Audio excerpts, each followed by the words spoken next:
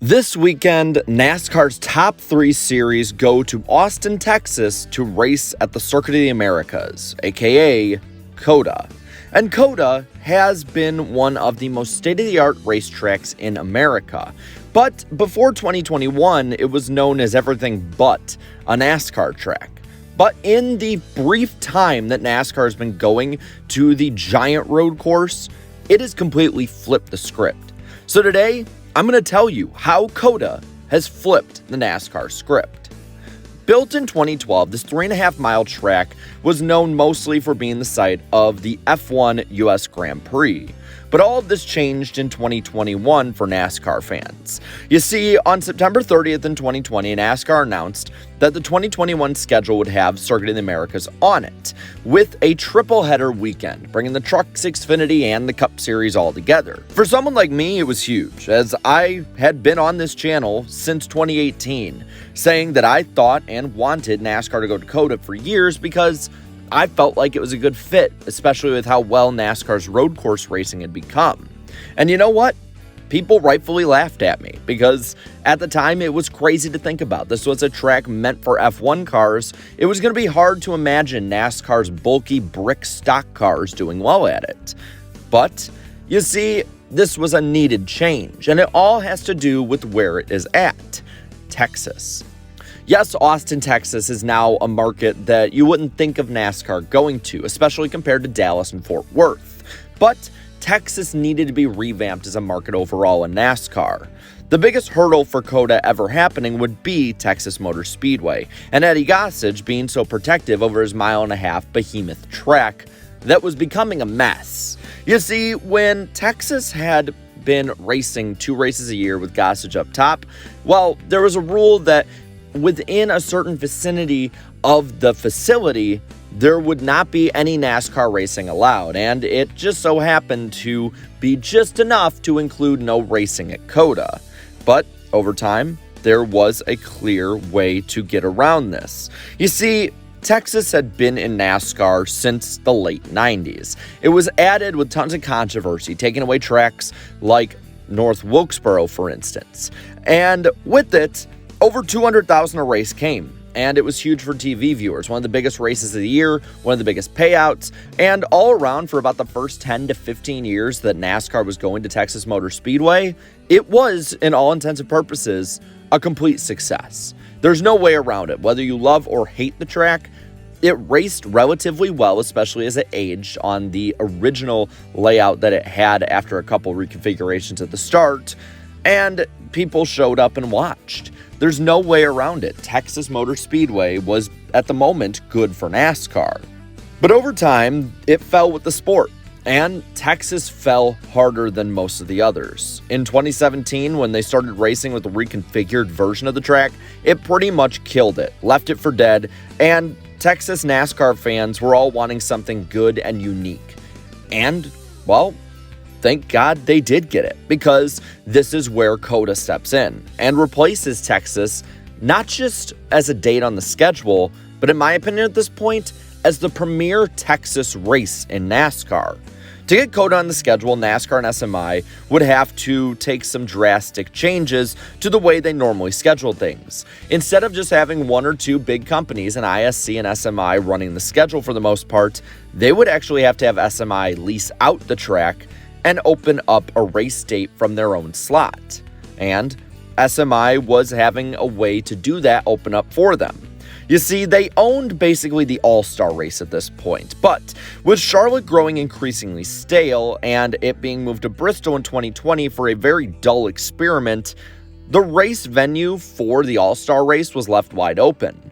Many people were saying all these different tracks that could be allowed into it, but really we all knew it would be SMI. And yes, COTA could be an option, but as we learned at the start of the season with the Clash, having an exhibition race that doesn't even have a full field out there on a giant 3-mile road course is not the best way to have great racing throughout, and you might get lucky with a good finish. So that'd be out the door. But you wanted COTA. So how do you do it? Well, this is a moment that I think we need to point out.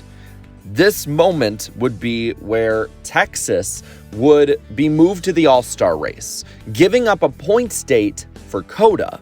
Now, one other thing I want to point out here is that this started the vast decline of Texas we've seen in the last couple years. Say what you want, for years upon years, we had 1,000 miles of racing at this facility, 2 500-milers, and they were scheduled that way up until 2020. But by 2023, we now only have 400 miles with this one race in the chase, or playoffs, and instead, the All-Star Race has been opened up because of how bad Texas was and because Fox wanted it gone, has been opened up to bringing back the North Wilkesboro Speedway.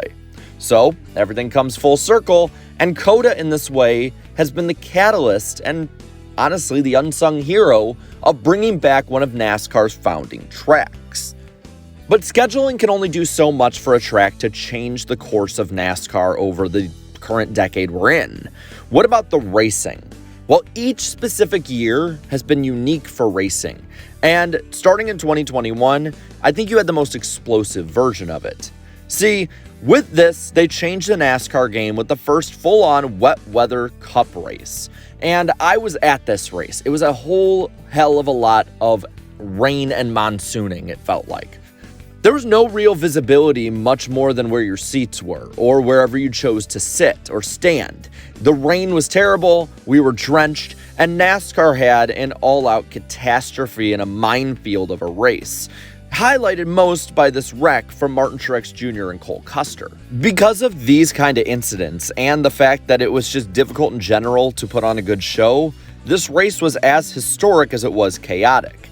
And it did help set the precedent for what an acceptable wet weather NASCAR race would be, which in 2022 we would finally see at Watkins Glen, where we had a red flag, but it wasn't as long as a normal one. You could race with puddles a little bit on the track, but it was not the catastrophe that this race was. Now in 2022, we saw this track set the stage for changing the way a driver is viewed in the NASCAR Cup Series. And I'm of course talking about the Melon Man, Ross Chastain.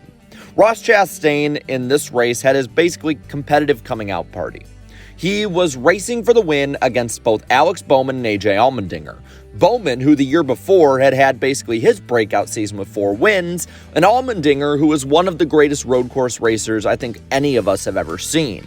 And he solidified himself as a top-tier Cup driver by racing up there with them and then making this amazing move and finish that managed to get him his first ever Melon Smash in the Cup Series. Now this leads us to 2023, and while the race has not been run yet, it already has made a bit of recent Cup history.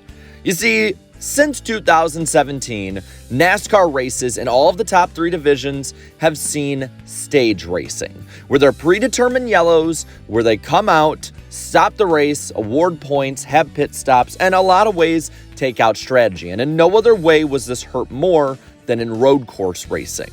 Well, for the first time since the 2016 finale for the Cup Series, there will be no predetermined cautions in the NASCAR Cup Series race.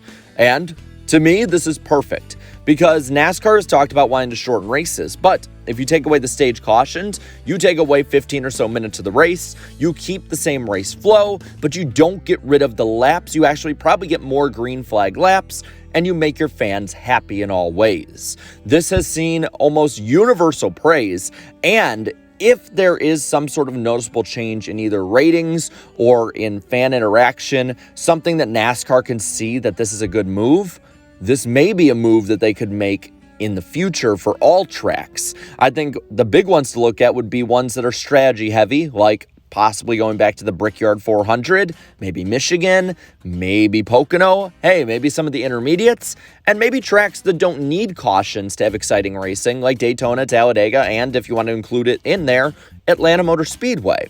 This could be a very positive change that could change the course of NASCAR history back a little bit to a way that fans appreciate and want. And depending on how it all goes, it may even make this race even more of a draw than it is now, because this is a draw. But whatever way you look at it, I don't think you can deny that either directly or indirectly in different ways, COTA has been instrumental on how NASCAR as a whole has changed since the start of the 2020s decade. But with that, I want to pass it on to you and ask, what are your thoughts on COTA? Do you love it? Do you hate it? Are you in the middle? Let me know in the comments below. And while you're at it, leave a like in this video, share this video, and subscribe to the channel for more great NASCAR content. Thank you to all my channel members, so many of you who have given such a great amount of support to this channel. It means a lot.